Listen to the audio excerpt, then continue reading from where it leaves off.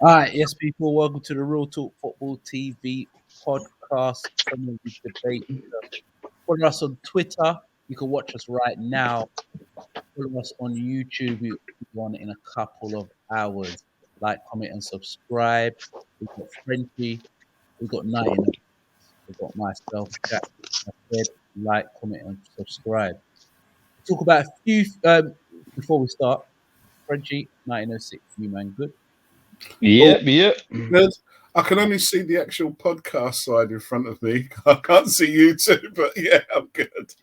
You can't see it. You can't see us. No, I think maybe it's got a delay. You got a delay, innit? Oh, right, because I didn't hear the theme tune or anything coming. Or well, we're on. All right, so but we've got Frenchie 1906. You said you man are good. Like I said before, like, comment, and subscribe. You can watch us on Twitter now. On YouTube will be on in a couple of hours. All right, a few things we'll talk about. Yesterday, big news. Agent Rafa, if you're a Liverpool supporter, has left Everton. Well, he hasn't been left. He's been sacked by Everton. Who is next? Rafa? Did Rafa get a raw deal? Because he didn't spend that much money. We'll go to 1906, your Liverpool supporter. He didn't spend anything, really. Rafa's still on the books. Rafa's still on Liverpool's books. I don't know where we're going to send him next. Who's up and coming? Who's up and coming? He might have to take over at Tottenham or something like that. Or, I mean, he's still on our books though. But with this whole thing, like, yeah, he didn't spend much, and I don't think Everton are going to want to spend much more money. What's Duncan Ferguson doing? The big Dunk. Is he just going to be everyone's assistant, or they're going to kick him out at some stage, or is he going to take over? Well, Duncan Ferguson's going to be temporary in charge, isn't it? I think he wants the job, but they don't want to give it to him. Their chairman, who owns the club, is a Mashuri. That guy doesn't have a clue, really. No. Like, I love Rafa. To me, he's always going to be a Liverpool legend. He won us the Champions League. But that's like Ole Gunnar Solskjaer being the Liverpool manager. It's just like, no matter what he does, the fans are not going to have him. No. And you're just waiting for the results to go wrong. That is the thing. I mean, you're halfway out the door anyway. If half the fans are against you, you did say Everton are a small club. Do you know what I mean? Compared to Liverpool. So, he's going to get a bit of a rib in there. But, if you got half the fans against you, every bad result, even if it's a draw, do you know what I mean? You're going to get the boos and everything else. But that little run that he had there, come on, how many managers they had with the same players? I think they've had 11 managers in 11 years. That club's a mess. They've spent so much money, and they've still got Michael Keane at the back. Yeah, I mean, it's the same players doing the same crap. And do you know what I mean? I mean, what is they brought in Townsend? Townsend made a little piece of difference in there, but that is it. Damari Graves has done well. You can't. You buy Townsend, but you're not gonna buy Townsend and rely on Townsend. Townsend, you bring him as a squad player, but because Everton don't have any like star power, or they ain't got no one big in the squad, so you have players like Townsend comes, they hit the ground running, but now he's got the handbrake on. Yeah. Who do you rely on? Yeah, 100%. You understand? So it's Everton basically their problem. What they missed, the mistake, I think what they did is they're trying to do things too quick. They spend so much money, like they were in the top 4 already, and sometimes it's not about spending money. You need to find a base or a core of what you want to play, what type of football you want to play first, and then you can start spending silly money. Perfect example is Crystal Palace. Palace ain't spending no big P, but now they found their style of football. They found a good coach. So now, next season, let's say next season and even the future transfer coming, now they can think about, okay, you know what? We need to replace Wilfried Zaha. We need that one star and then we can start building around him. So okay, we're gonna spend about it's Crystal Palace. We're gonna spend 45 mil on a player because 45 mil for Palace is big money. Yeah.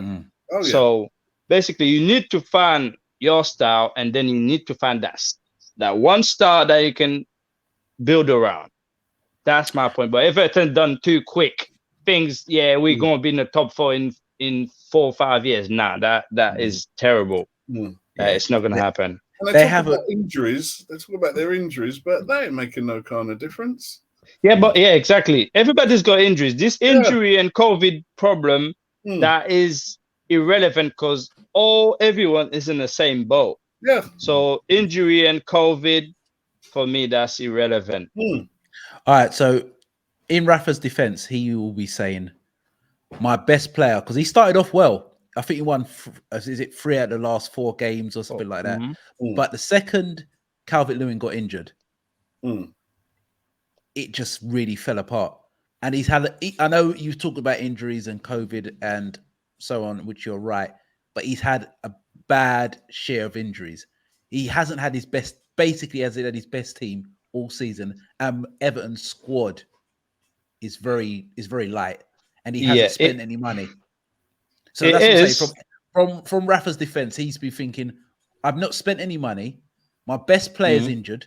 I started off well. My best centre half has been injured in Yerry Mina. My best midfielder has been out for ages in Decore, and my best striker has been out for basically the whole season. So he's spine. So that's like Van Dijk being injured, Fabinho being injured, and Salah being injured. You're going to struggle, and you're Everton. So that's his defense. You're going to struggle. All right. You would think that there'll be people. I don't know who's coming up through their youth, or do you know what I mean? Or you buy those fringe players. You buy those. Yeah, but Everton is the club that they're not known to bring youth player or produce so-called not world-class player, but great youth player to build into the youth team. They ain't got that. Even Calvert-Lewin, it is good. He's an Everton player. You understand? And what's the midfielder? Is it Davis? The ponytail boy. Yeah, he's been there for a long time. Yeah, so this type of player, they come from the youth, okay, but they're gonna get you anywhere in the Premier League. These are squad boys. You understand it? With all due respect, these are squad boys. If you want to bring other decent and good players, they're gonna tell you, I'm not coming here to play with Davis. Yeah. Okay. Like it's like another example. Villa. I'm just about to bring them up. Go on. Yeah. See, Steven Gerrard, it is a G. Let's put it this way. Right. Come on. Because the guy brought in Coutinho. Coutinho is got star power. If you're telling me, I'm signing Coutinho, what do you think Lucas Dini signed? Yeah, 100%. Because there's star power there. Coutinho, now Gerrard's gonna have his eye on.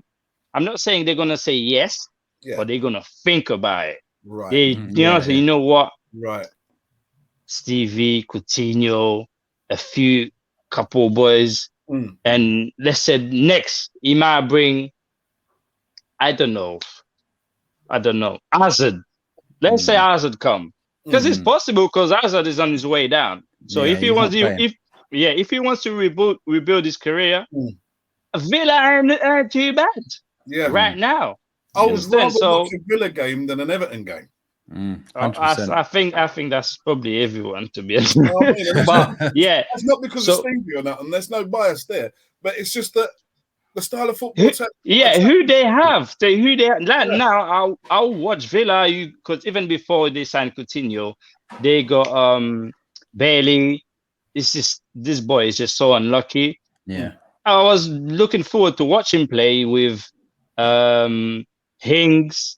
Watkins, that's a decent front three. It's a good side. You understand it? So now they put the cherry on the cake with Coutinho, and they say, Hazard will think about it. Trust me. You know what? That's not bad.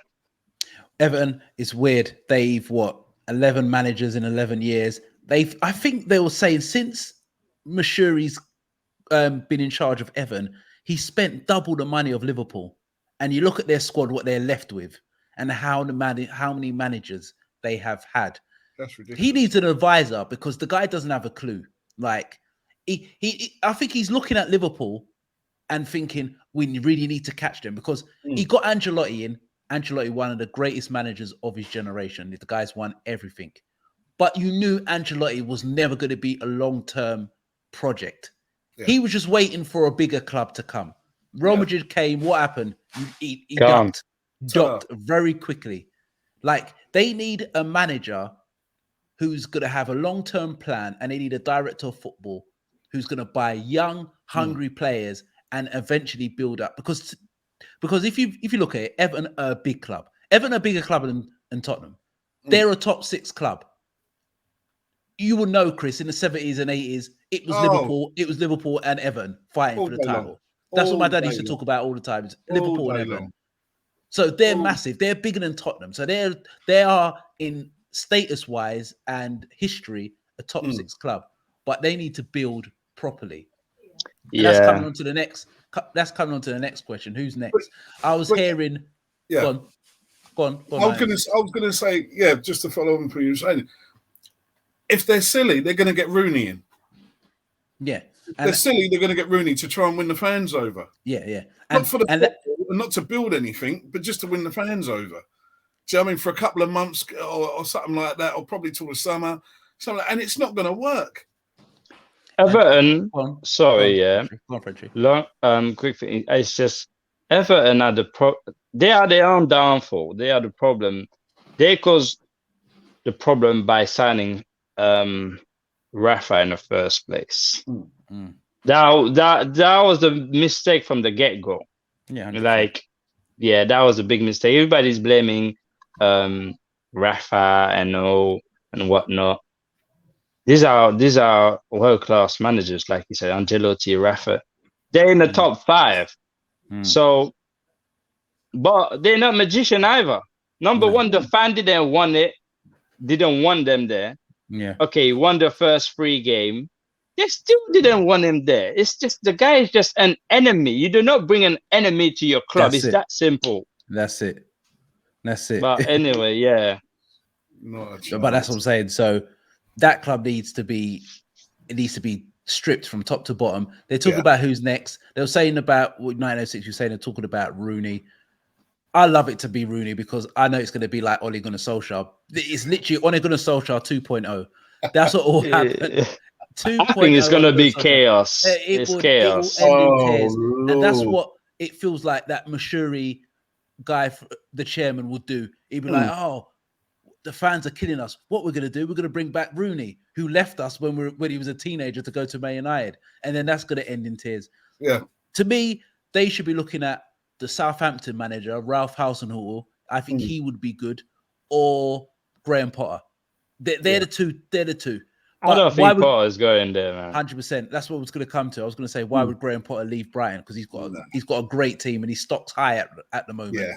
He'd be looking at a Tottenham if Conte's not going to stay. Because he's not going to get the money he wants. Yeah. So Graham Potter should be looking at a Tottenham. Tell you the truth, if Klopp left, I could see a Graham Potter. Liverpool fans won't like it, but I could see a Graham Potter being at Liverpool because he would work within a budget and there you go. So you see the snobbery. You see the problem. The only problem I think with Graham Potter at Liverpool is not going to be the way he plays football, but it's going to be his signing. Mm-hmm. That's going to be my fear. Who's Frenchie? I don't want to digress, but Frenchie, it doesn't. The person who takes over Klopp. This is what Liverpool fans need to realize: the manager who comes next, we're never going to have a manager nowhere near as good as Klopp. Never. Yeah, I know. We know that. Everyone knows that. So it doesn't matter who we get in; they're not going to be at the same level. But I'm looking at how FSG work. He is a type of manager that will work to the remit. A young manager buys young players, develop them, make them better than what they are. Yeah, that's what I'm saying. So if I wouldn't be shocked if he was on the list. Liverpool fans will go crazy, but it's a poison chalice whoever they get. True, but you After need Klopp. someone. If like someone comes into Liverpool, you need them to hit that ground and say, "Okay, let's continue where we are." You don't need the change of philosophy and the change of the style of football. We're a pressing team, quick passing, all of that going on.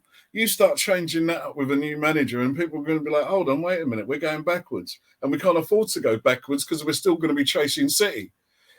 Well, Do you know that's what I what mean? I And don't all want to them digress. I don't want to digress into Liverpool, but that's saying to me that the new manager should be the assistant manager, Pep Linders, because he plays the same way. But yeah. But like I said, Rafa, it will be interesting who they get as their new manager. All right, Man United played Aston Villa yesterday, and we were talking. Me and Frenchie and Tobias were talking on WhatsApp group. And Tobias, that's why he's maybe not turned up today. Tobias was gassing. We're playing great football. We're playing great football. We're pressing. And what did I say, Frenchie? You did, you know. I said after 20, even Frenchie said, yeah, they look good. They're going to be okay. I was like, listen, you cannot wake up one day, yeah. You cannot wake up one day and say, all right, guys, we're going to press and be a press inside. You've got to be super fit to play that way. It takes months or even years. The two best pressing teams in the Premier League are Liverpool, Man City, and they've been doing. And look how long their managers have been there. You can't just wake up one day. This takes time. And after 25 minutes, Man United look you need good. the right players as well, though. Yeah, that's what I'm saying. They look good because Tobias was saying, oh, we looked more mobile and looked fresher without Ronaldo and Rashford. But to me, I knew it was just going to be the same.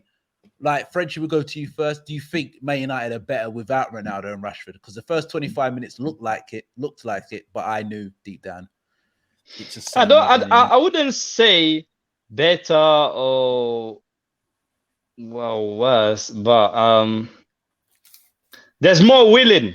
I'll put it this way. There's more willing to work from the front. That's it. But it's not much changes, but you can see they try more. There's more willing. But other than that, there's not much different in the way they play football. It's the same boring football. Yeah. No. But like 906, what do you think? I think it's the same old Man United. I think Ronaldo has to play no matter what. I don't care if he doesn't press or whatever. He has to play regardless. I think there's always a chance of a goal if Ronaldo plays, and it seems more glamoury football if he's on the pitch. Rashford is just like a lamppost now. So I mean, you walk past him like a lamppost. He's non-existent. You know what I mean? He's got the new haircut and everything else, and you think Rashford, but it's like Rashford might as well be. Who's the other one? Who's the other one out there? Greenwood's playing better than Rashford. Yeah, it is though. Oh, Saints about to start on my laptop. Greenwood's better than and non-existent. They look the same. I expect Man United to go forward, and do you know what I mean? That's their style and all that sort of thing. But it's like individual players. There's nothing in there. There's no pattern of play. So even when Ronaldo's on the pitch, there's still no pattern of play. He demands the ball more. Do you know what I mean? Because of who he is. But nothing more than that. They're the same old, just crap. Yeah, to add on into what 1906 is saying is you have a few youngsters there. Even that, you see some teams, even the top six, the top three, that Liverpool, City, or Chelsea. You may not have a good game as a team, but you will have some individual that will show up, turn up. Yeah. But at Man U, nobody turns up. Ronaldo, he might moan and make fair show, but he will try and you have a chance. But I would expect, Greenwood, you have the team is having a bad game. Somebody needs to turn up, and I would expect like Greenwood, those type of players, you don't rely on the midfield, but from the front. And who do they have in front? So they had Cavani and they had Bruno Fernandes just behind him. I think Bruno Fernandes played well. He played in his natural position and as a number 10 and kind of had a free role. He got his goals. When I watch Man United, I wouldn't say they are better without Ronaldo and Rashford. I think they're better without Harry Maguire. I think defensively they're better. They can push up the pitch a lot higher because Varane's got pace. Lindelof is more mobile than Harry Maguire. So I'll say Harry Maguire, I think they look better. For 25 minutes, they did look okay. But I think that was a bit of both. I think Aston Villa were terrible. That was why. And in the last 10 minutes, Aston Villa started to ask questions of Man United. And you saw the cracks. And then Man United got the second goal. But I just felt it still wasn't over. But it was all Villa, though. Yeah, it was all Villa. It was all Villa. That's what I saw. All Villa. That's what I saw. That's what I'm saying. With Ronaldo, without Ronaldo, with Rashford, without Rashford, they just look the same. The same. The same team. It's a different formation, isn't it? Yeah, that's just it. Same crap. Different formation. I think they bring on Lingard towards the end. Yeah, they bring on Lingard. It's crazy because I think, with the way Man is going, Lingard, you gotta play this guy because he will give you something. I believe, Lingard gives you something, bro. Like, he gets you a goal. It's one of those. He plays with no fear. Don't matter what they say. Lingard plays with no fear, and he comes here. His mind is, I want to get goal. That's his motto. It's not about showboating like Rashford. For me, Rashford is a show player. Lingard comes, his mind is, I want to get a goal. Yeah. But I'll just see what he did at West Ham. For that little spell he was at West Ham. And you can say, okay, that's what you've still got in your locker. He puts on a United shirt and it's like, I don't know. Yeah, because there's a difference, because at West Ham is happy and Man United is unhappy. Yeah. So in a way, that's his own fault for still being at United, because he had the chance to go as West Ham. So right now, Lingard, that's his own problem. Yeah. He can leave whenever he wants, but he decided to stay. You ain't getting game, so that's your problem. But yeah, I can't see any change. And same up. That's what I was about to say. As a Liverpool supporter, keep going. The ghost of Ole Gunnar Solskjaer is still there. Nothing's changed.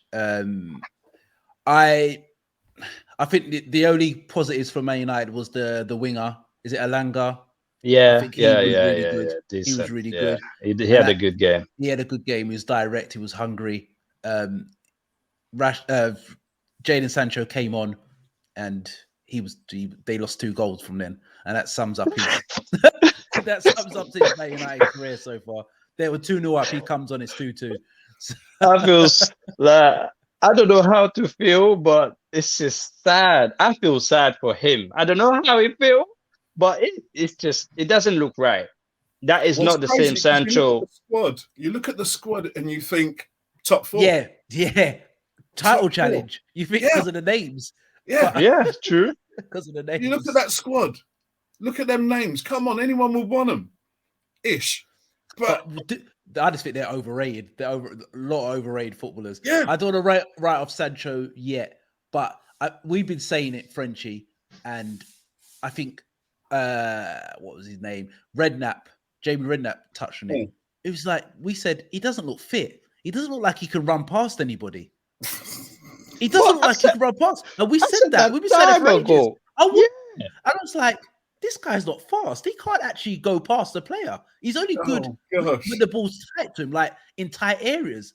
Yeah. But he can't really dribble past anybody. Running in treacle. I never thought I'd be able to say this, but it's like Arsenal and Man United, they're on the same kind of par. Yeah, Europa guys. I never thought I'd be able to say that. Arsenal and Man United, they're on the same par.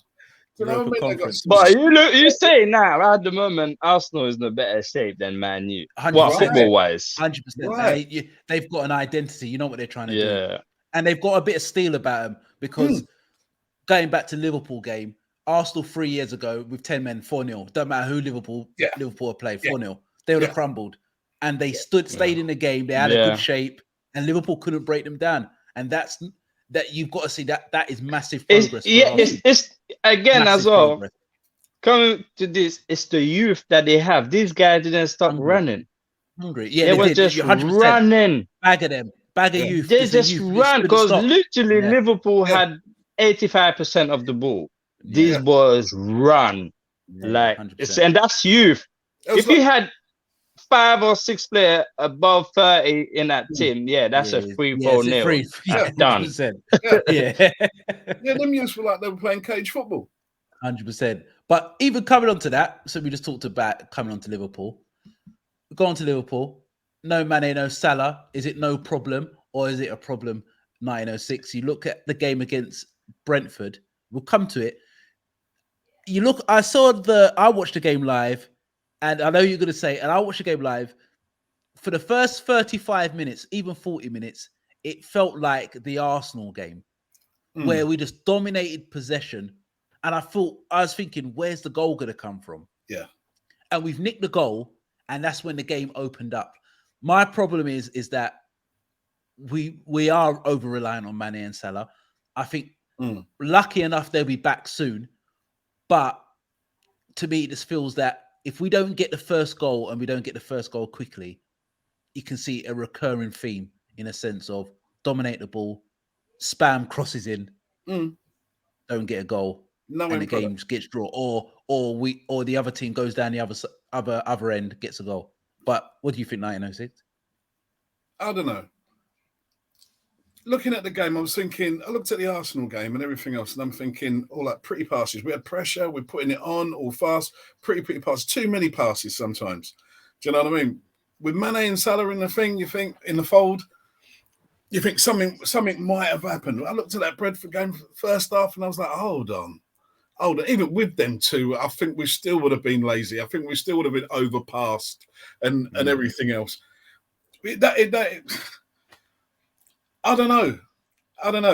Do we miss them? Yeah, we miss them because of what Salah can do. No, of course you miss them, man. It's obvious. It's so long to answer this question. No, but we're missing Salah. We're missing Salah when Salah's on form. You miss both of them. 1906. There's no question about it. Salah's on form. It's like Salah's the best player, one of the best players in the world. You miss him. But right now, he is. Salah is the man right now. Everywhere you go, it's Salah. You miss the guys. If Salah and Mane was there against Arsenal, Arsenal loses this game 3-0 or maybe more. We do need them. But I still say that without them, I don't know. We shouldn't be relying on Minamino. All right. So I hear what you're saying. Let's go to Liverpool's point of view. So if you're the chairman, all right, we've got Salah and Mane. Salah, best right-sided wide player or wide forward in the world. We all can agree. Mane's still the top 5 or 6 wide players in the world in his position. To me, still the best left-sided wide player in the Premier League. And to me, the second best wide player in Liverpool's history behind John Barnes. So this is the type of that's in my opinion. That's the type of player we are missing. So Liverpool's chairman said, all right, we go out and buy someone in January. What's going to happen is that player they bring in January, it's just going to be another squad player. So is it the worth buying a player in January? Because they're not going to play. No, but in my mind, I think we need that fresh, that young, all out, committed, knows where the goal is. You know, I mean, you know, it could get, even if it's 7 or 8, 9 goals a season or something like that. You do. Fresh face. We need a fresh face because I don't know. Even with Salah and Mane in the team, come on, we've looked poor some games. We've got We've got nothing fresh to give team something to think about. Do you know what I mean? We've got nothing fresh to give something to think about. When I see us with bringing on Minamino and we're relying on Jota, we're now relying on Jota and all that. I'm thinking, no, come on, just get some legs in, loan someone in. Look what United done with Larson. Brought him in on loan. The boy, everyone thought he was dead. Everyone thought he was dead. Where is he? You know, I mean, studying it in Brazil or something. No, they brought him in. They won a league. And that was just on a loan. That was just on a loan. And I'm thinking, you can't just stick with that same squad and expect. Is our season over? Is our season now over? No. Not at all. Because we're relying on City to lose games now. Do you know what I mean? But so 906 dead squad trying to catch them up. So what you were saying? We should have brought in someone. So you'd have brought someone in on loan. I would have brought someone in on loan, definitely. Wait, let I don't think Liverpool need to bring anyone, because whoever you're gonna bring, they are not gonna make your squad any better, because you got the 100%. best. 100%. It's going to be you understand it now without Salah and Mane. Yeah, but you're still gonna bring somebody. You're gonna bring who though? That's the thing. Who you're gonna bring that's gonna be better than these guys? So you might as well use what you have when they back and do the right thing on the next transfer. Because right now you're just gonna waste money on buying somebody that's gonna be on the bench in a month time. And that's just gonna take a wage for what? You're gonna sign someone, nobody's gonna come for like 2 years. Minimum people sign is 3 years and above. So you're gonna be paying a wage of, let's say, 80 grand for 3 years for someone that's not gonna, you don't even know if he's gonna hit the ground running. Because right now, if you buy someone, that's the middle of the season. You need someone to hit the ground running, not to feed no youth. No. Think about the youth next year. Not 100%. Now. Now it's just KPIs and just hope Mane and Salah comes back fit. That's all. I'm talking loan. I ain't even talking. Well, don't get people on loan. You talk about your own team and you want loan. I want loan. I want some loany, quick goal scoring. Just to keep us up with. The only person really and truly you can bring to your club right now, and you don't even like him, is St. Maximin. For me personally, and he ain't gonna leave Newcastle right now.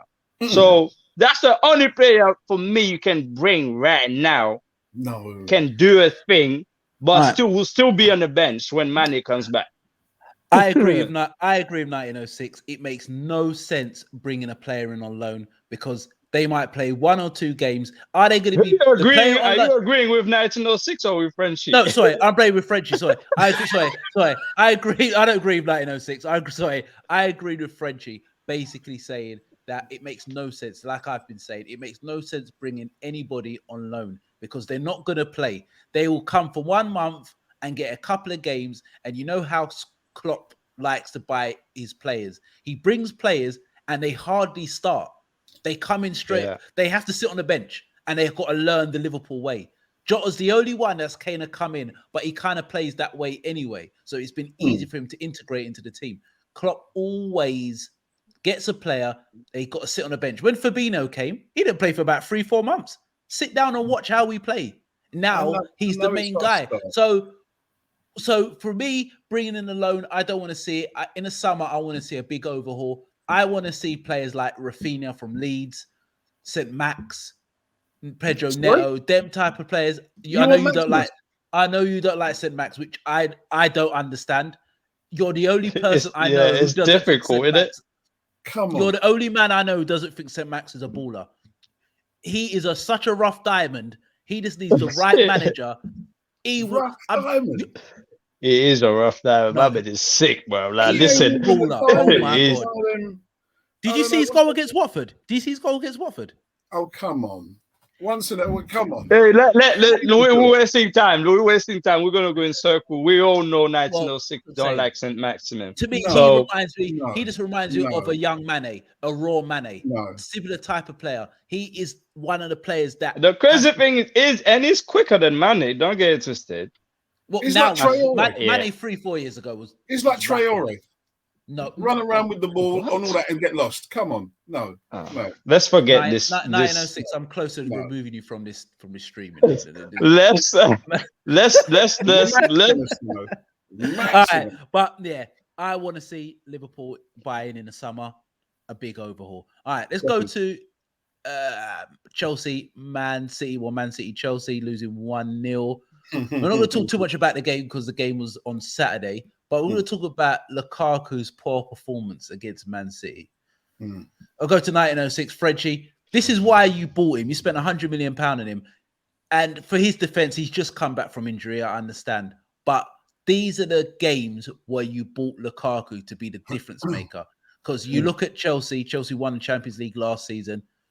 To me, they were crying out for a goal scorer or someone to get them goals. Because there's no one who's going to get them 2025. You've got Lukaku. But it's kind of not worked at the moment, which is a bit mad. The Man City game, I think I'm not obviously that's the way they done the obviously that's how he ended, isn't it? You basically it was the wrong timing for Lukaku, basically, I think. Because like you said, coming back from injury and all this thing with the media or what he said, and that was just a bad timing for the game. But even before that, his performance wasn't all that. I can't tell you. I can't speak for him, but his performance wasn't. He didn't score he hasn't scored in. Forget about the FA Cup and all this cup. He didn't score for a good 3 games, and but I just think he's all round. Saying all that, back to the game. Yeah, his hold-up game was like terrible. Terrible. It was back. Hold the ball up. Yeah, it was horrible and was getting bullied for some reason. He just when the ball was coming up to him, he weren't holding up the ball. He wasn't turning. He weren't being physical. You knew when you play against Man City, they're gonna have a lot of the ball. So you when you play against Man City, you play in moments. You know that. So you know when your moment comes, you have to take it. You've got to take it, because if you don't take that moment, you've got another 15 minutes chasing the ball. Yeah. So you have to take, and they had his moment in a sense of the one-on-one with Edison. Ruthless strikers take that. Yeah. And where you are, where you know you need to win that game, you need to take that, because you know you might get 1, max 2 chances in the whole game. When you get that chance, you've got to take it. But you can miss that. I know I've played as a striker. You can miss them chances, but his all-round game, I think they're very poor. Someone who's worth £100 million is I think that Chelsea are learning that they can play with like a City formation or a Liverpool formation. Do you know what I mean? Have the free running at people, and they don't have to have the big hitman at the front. The big hitman at the front is slowing them down. So Lukaku has to now adjust to say, do you know what I mean? I'm going to be a front free man. Ball's going to be spread out wide. Do you know what I mean? Coming with the crosses, he's going to be laying them off. His hold-up game was ridiculous the other day. So what you say? So what you're saying, Nine? Sorry to cut you, Nine. So what you're saying is that the number 9 is getting outdated. Then that's what you're basically saying. There's no such. I think so. I think they're learning. The next 3 or 4 years, there's no such thing as a number 9. It's a false 9. Just someone playing up top. Yeah. Frenchie, what do you think? Do you think it's like the number 9's dying out? It is dying out, but there will always be that one number 9 that will always be like, you always have 1 or 2 number 9 even now, like that's class, and they and you're gonna have to play to their strength. It's like Lewandowski. Bayern still play to their strength. Harlem still, you gotta play to this guy's strength. There won't be many, but you still have like elite 1 in a million guys.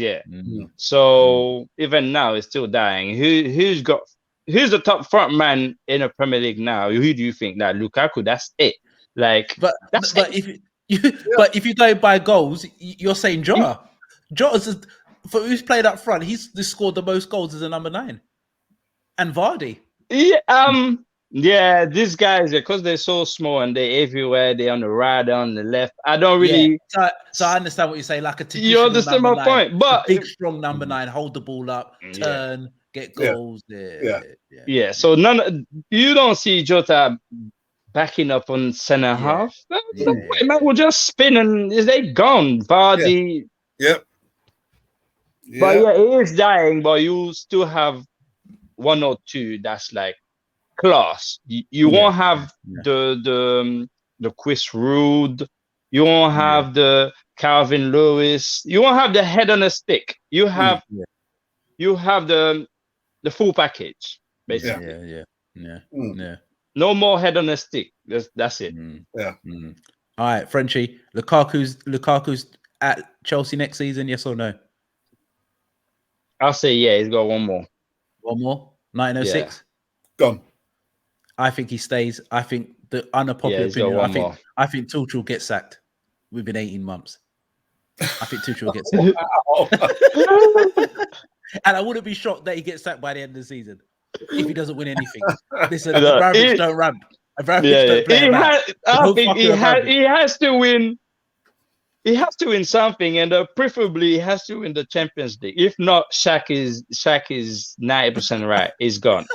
I wouldn't be shocked. I think Tuchel will be gone before Lukaku. Wow. He has to.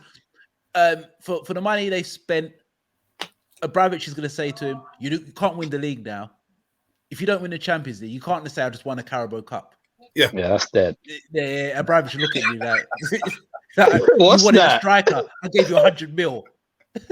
Champions League, or I wouldn't be shocked that he gets a sack. I wouldn't be shocked. Or if he doesn't get the sack, he's got till Christmas next year. And if he's not near the top, it could be sackage. Don't play with Abramovich. Yeah. All right. Let's want to go to the results for last week when we talked about the results for the correct scores. So, guys, if you are new to the channel, every week we predict the scores. Frenchie's in the lead right now at the moment with 4 points. I think me and 1906 are on 3. Tobias is in the relegation zone like Man United with 1. He's got 1. All right. So Shay was on last week's show, so you might see him around. He might be popping on the show, but we'll go to the points. So in last place in 2 points, it is 1906. Shock. 2 points, 1906. What? 2 points? How many games? 6 games. Yeah, 1, 2, 3. Yeah, 6 games. 1, 2, 3, 4, 5, 6, 7, 8 games. 8 games. 8 games. Wow. But it's been low. It's been a low scoring points. A lot of us got it wrong. All right, so 1906. If you think, I'll tell you your results. You said 2-1 City. It was 1-0 City. You got a point. You said 2-1 Leicester. They didn't play. All right. You said 2-0 Wolves. 2-0 Wolves. You got a point for that. That's 2. You said 2-0 Everton. Norwich 1. Oh, God. You said 1-1 with. You remember you said 1-1 with, and you got it wrong. Is it 1-1 with Palace? But you got that wrong anyway. You got 2-1. You said 2-1 Villa. You got that wrong. And you said 3-1 Liverpool. You got that right. So you got 3 points. 3 points. 3 points. So you got the correct score. So you got the correct score. He got the correct result. It didn't get the correct score. So you got 3 points. So 1906, I got that wrong. You got 3 points. So can I get a little bonus for getting? No. Like, you got 3 points. So actually, 1906, Shay and myself all got 3 points. Right, that's more like it. Yeah. But the winner again is Frenchie, who's got 4 points. He got correct. What Frenchie always does. He gets the correct score, and he always gets a correct result as well. Next one, he said 3-0 Liverpool, and he got it 3-0 Liverpool. It's that experience in a bet. And he said 2-1 Wolves, and he got 3-1 Wolves. So Lady got that right as well. So that's why he's got 4 points. So Frenchie's on 5, 1906 is on 3, myself, Shaq is on 3, Tobias is in a relegation zone with 1. So guys, you can, when we do our next show, you can go in the comments and put it as well. Frenchie is the winner again. It feels like Frenchie wins every week. Come on. This has to stop. But there's always this week. So guys, look for us on Thursday's show. I'm going to research this week. I'm going to training camps. You got to do like the win probabilities and all of that. I'm going into training camps, mate. I'm telling you, I want to see what's going on. But Frenchie won again. So yeah, guys, watch out for another show. We're gonna have another show hopefully during the week, and we'll do the predictions then. Like I said, follow us, and subscribe to our YouTube channel. You can watch us on Twitter as well. You can follow us on Twitter as well. So yeah, so do that so that the channel grow and we can grow. We've had a couple of subscribers added to the list, so it is growing. So that's it. All right. Frenchie 1906, you got anything to say? Oh man. Well, we missed that on Coutinho. Congratulations to Man City. That's what I can say for winning the league. It's true. The league's over. The league's over. That's what people say. Man. But saying that, if Liverpool win their game in hand, 8 points behind, do you think they could? No. All right. Well, 8 points is a lot, though. Like it's a lot for City, isn't it? It's not like even if it was us, you guys might. Yeah, but it's City, man, and that's embarrassing. What? Okay, let me done this shoot. They have no striker. How is this possible? But they're better. You know what? I said at the first podcast, I was thinking to myself, you know what? I predicted them coming third because I thought they couldn't get away with not having a striker. But it's made them even better. Because there's goals everywhere. There's goals everywhere, and everyone can keep the ball. And when I watched them against Arsenal, when they had a striker up front, they were poor. They were poor. When they put Jesus up front, it looked like you can get at them. It looked like you can actually get at them, which was mad. They got a team of goal scorers. Like I said, but that'll be on enough. Hold on. Yo, Shaq, you froze. Shaq froze on us. Yeah. Yeah, you're back now. You froze out.